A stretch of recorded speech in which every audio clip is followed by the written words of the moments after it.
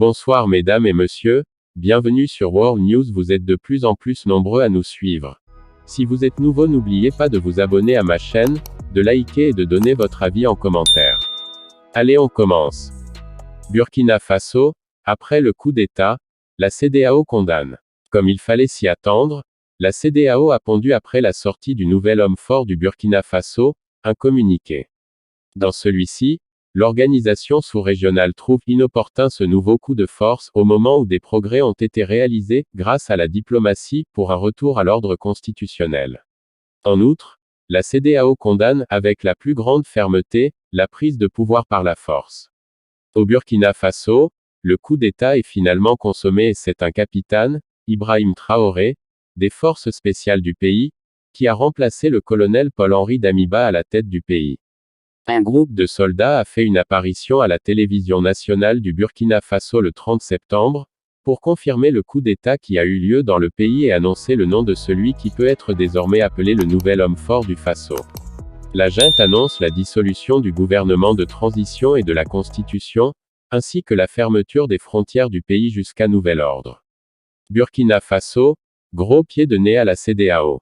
Comme une caravane qui passe sans se soucier du chien qui aboie, ainsi se succèdent les coups d'État militaires en Afrique de l'Ouest en dépit des réactions épidermiques de la CEDEAO.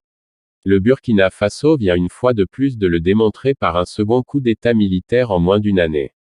Le lieutenant-colonel Paul-Henri Sandaogo Damiba vient d'être éjecté de la même manière par laquelle il s'était installé dans le fauteuil présidentiel en janvier de cette année. Dès les premières heures de son putsch, beaucoup d'observateurs se sont interrogés sur ses motivations. Il avait alors indiqué que le manque de volonté du chef d'État d'alors, Roch Christian Kaboré, à endiguer la vague d'attentats terroristes et la progression des groupes djihadistes sur le territoire du Faso, imposait une réaction des militaires. La CEDEAO avait à l'époque produit son communiqué cérémonial de condamnation habituel tout en exigeant le retour à l'ordre constitutionnel. Cependant, quand ce vin est tiré, il est bu jusqu'à la lie. Néanmoins, l'attitude de la CEDEAO à l'égard de la junte militaire du Faso est apparue moins rigoureuse que ses injonctions acerbes aux militaires maliens et guinéens, auteurs également de coups d'État dans leur pays.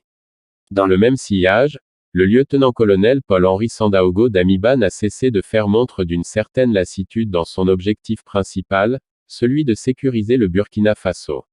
Cet homme est apparu en manque de repères, titubant sur les démarches réelles à adopter.